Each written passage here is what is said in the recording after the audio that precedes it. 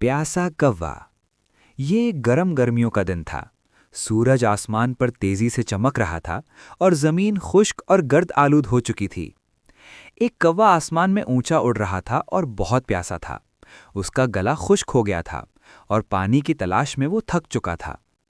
कौवा नीचे जमीन की तरफ देख रहा था, उम्मीद कर रहा था कि उसे कोई तालाब, दरिया या छोटा सा पानी का गड्ढा मिल जाए। लेकिन जहां भी वो देखता, सिर्फ खुश्क जमीन ही नजर आती। ओह नहीं, मुझे पानी कहाँ मिलेगा?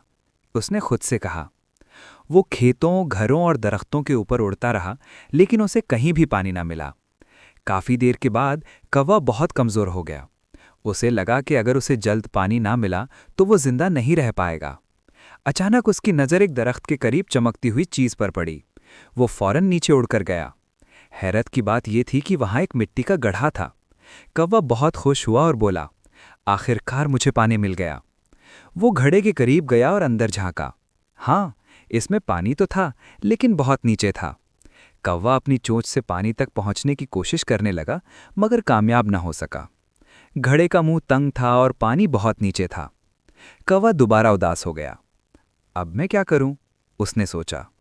वो घड़े के इर्द गिर्द चलने लगा और गौर से सोचने लगा।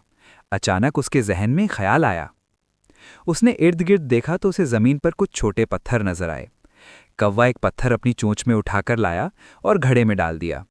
फिर उसने दूसरा पत्थर उठाया और उसे भी घड़े में डाल दिया। आहिस्ता आहिस्ता वो मजीद पत्थर डालता गया।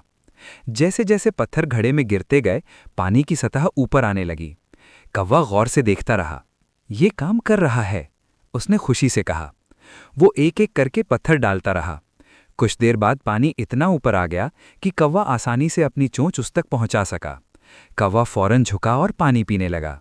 आह, अब बहुत अच्छा लग रहा है, उसने सुकून से कहा। उसकी प्यास बुझ चुकी थी। अब वो खुद को मजबूत और खुश महसूस कर रहा था। उड़ने से पहले कौवा घड़े की तरफ देखकर मुस्कुराया और बोला, मैंने हिम्मत नहीं हारी, मैंने अपनी अक्ल का इस्तेमाल किया और मसला हल कर लिया।